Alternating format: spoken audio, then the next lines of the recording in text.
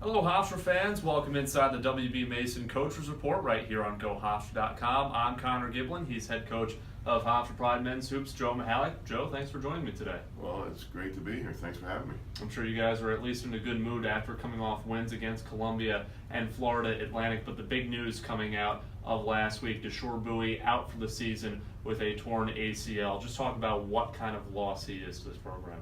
Well, it's too bad it seems like it always happens to the good guys. I mean, there's no better person, there's no better guy than Deshore Bowie. And, unfortunately he's going to have to deal with this injury. Our team's going to have to deal with it.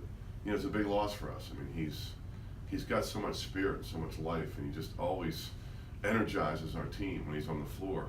I've told him already he's going to have to still find a way to do that, to energize us and be a big part of the spirit that we have. But we're going to miss him on the floor. He's playing good. He's a good player. Now with Deron Powers, the only true point guard that's healthy on this roster, how will the rotation at the point settle out throughout the season? Can we talk about these two wins we had? We're talking about injuries. And, we're just going to have to find a way. Everybody's going to have to step up and do a little bit more.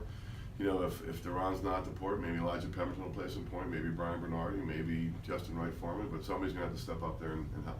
Why don't we talk about those Let's two talk wins about now? those two wins. Yeah, okay. Get a win against Columbia, a very close one, and then an 8-point win against FAU. One of the stars of that game against the Owls, Jamal Robinson, hits a couple of clutch three-pointers as time is winding down. Does he finally have that confidence now since he's more of that bench player? I just left his high school coach a voicemail and just told him that this is the best he's ever played in his life, including high school. And he might have been the star in the Columbia game as well. He was 4 for 7 from the three in the Columbia game, so he had a really good game there too. He's playing really, really well. There's the old coaching axiom, know your role, accept your role, perfect your role.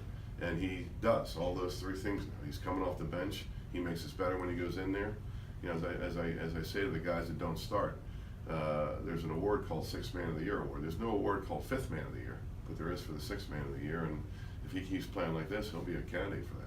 Playing time at the 5 spot got a little interesting against the Lions. Rokas Gustese and Hunter Sabady both got in foul trouble. You seem to find a way to get that lineup in there. Ty Greer played a little bit of center. Does that make your lineup a little more versatile now that you figured out a way to kind of play without Rock and Hunter on at the floor? Yeah, it's not what you'd like to have out Right. there, but it does and it can present some problems for the other team. It certainly makes us awful small, but then they have to figure out a way to guard a guy. They have to figure out a way to guard 5 shooters, because Ty can shoot it and play in the perimeter. So, if they have someone that's a similar type player to Rokas and Hunter, then that person's got to figure out a way to guard Tyquan Greer, who can shoot and drive and pass and all those kinds of things. So, it's you're hoping that the pluses outweigh the minuses for you. Finished 3-1 in Florida for the 2016-2017 season.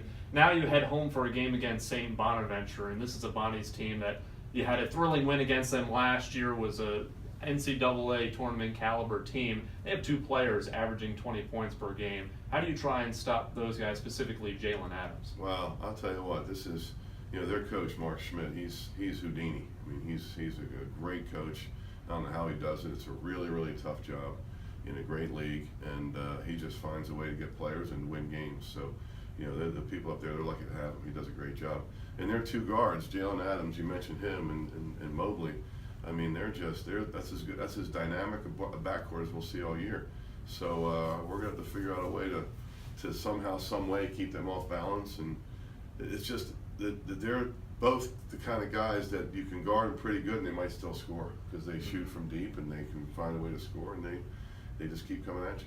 You have another game this week on Sunday against Kentucky. I know you're not thinking about it right now. You're focused on the St. Bonaventure game, but just from a program standpoint, how much will that Kentucky game mean, especially since we saw in the game against UCLA, they're still a little vulnerable?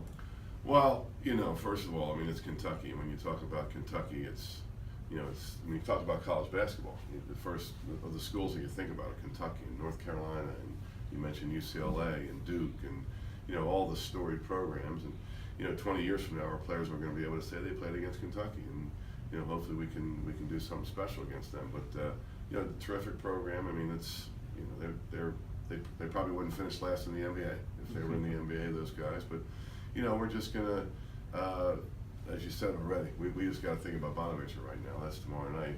And then when the Bonaventure game's over, we'll start trying to figure out a way to see if we can play with these guys. Head coach of Hofstra Pride men's basketball, Joe Mihalich. Thanks for the time, Coach. Thanks for having me. And this has been the W. Mason Coaches Report right here on GoHofstra.com. Thanks for tuning in.